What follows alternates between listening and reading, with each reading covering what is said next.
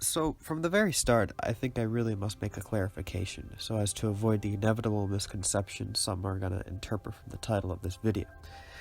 This is by no means a critique of science itself, or of the epistemological reliability of the scientific method.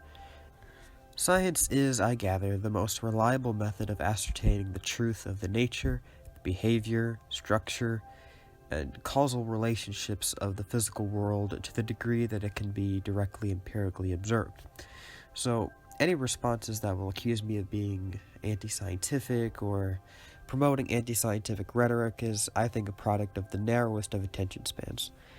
So what am I critiquing exactly? I'm critiquing the philosophy of scientism, or the view, as it's commonly defined, I think, that the discovery of all objective truth is confined solely within the boundaries of the scientific, empirical, observable methodologies through the medium of the scientific method. I think we all know what we mean by that. To understand this critique, I think it's first necessary to establish an agreeable definition of science itself, though. I think this definition will be quite uncontroversial. Science is essentially the process by which discoveries are made about the natural world by means of empirical observation, followed by testable experimentation that yield an inductively ascertained conclusion as to the nature, behavior, structure, and causal relationship of natural phenomenon within the natural world. Compare now this definition with the thesis of scientism. Scientism, again, upholds that all truth can be ascertained by the means of the scientific method. But surely, this in itself is not an empirically testable hypothesis. On the contrary, it's philosophical by nature, for it assumes a certain theory of truth itself. Most of us, who have not consumed the Kool-Aid of relativism, would agree that truth is a proposition that corresponds to or reflects reality. But how can scientism use its only justifiable method, namely the scientific method, to deem the physical world, quote-unquote, as synonymous with the entirety of reality? Surely it is conceivable to imagine or conceive of beings that transcend the physical world. How can mere observation of the physical world rule out realities that lie beyond the realm of the physical world? It cannot, necessarily and by definition. Now that is not to suggest that the epistemological limitations of science serve as a positive argument for the existence of these sort of immaterial beings, but the fact that there are epistemological limits of science that can be recognized as a truth in itself disproves, I think, science's exclusive right to the discovery of truth. There are, therefore, truths of the world that can be arrived at through the application of our rational processes, as demonstrated by the previous two sentences. This is even contradictorily assumed in the very declaration of scientism itself, because science by itself cannot verify its exclusive right to the truth.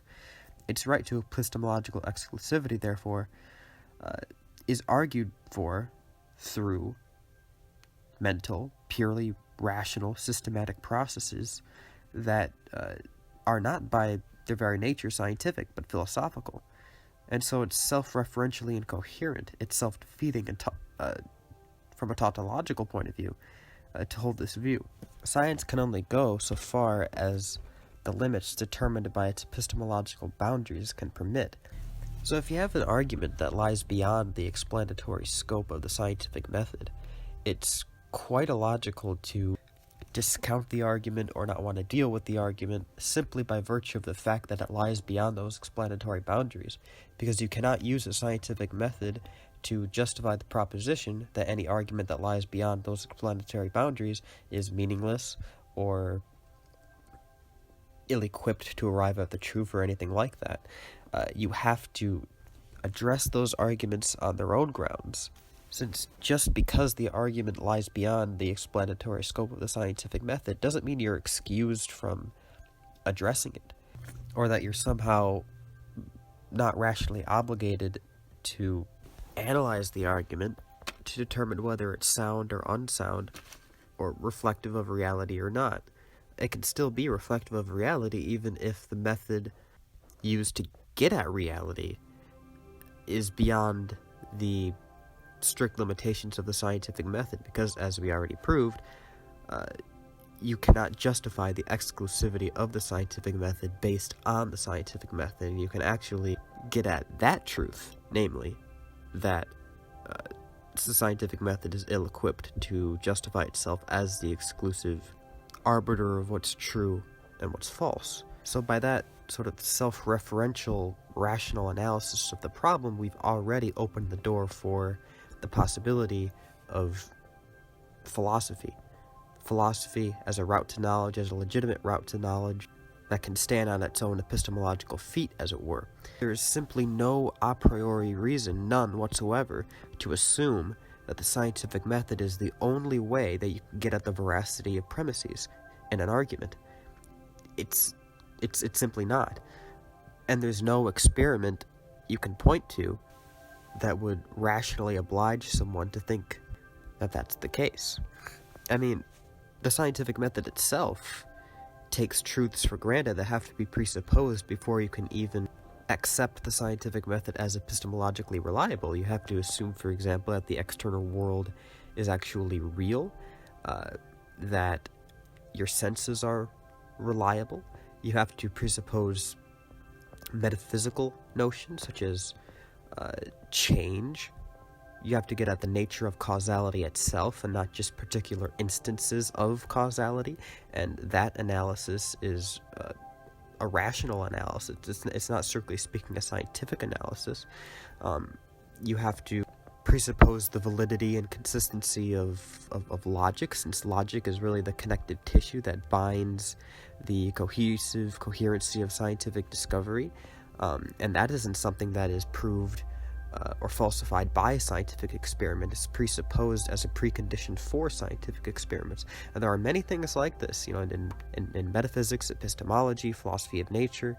The problem of universals, whether there are fixed essences to things, natures to things, that's not something that could ever be proved or disproved, falsified or unfalsified by a scientific experiment.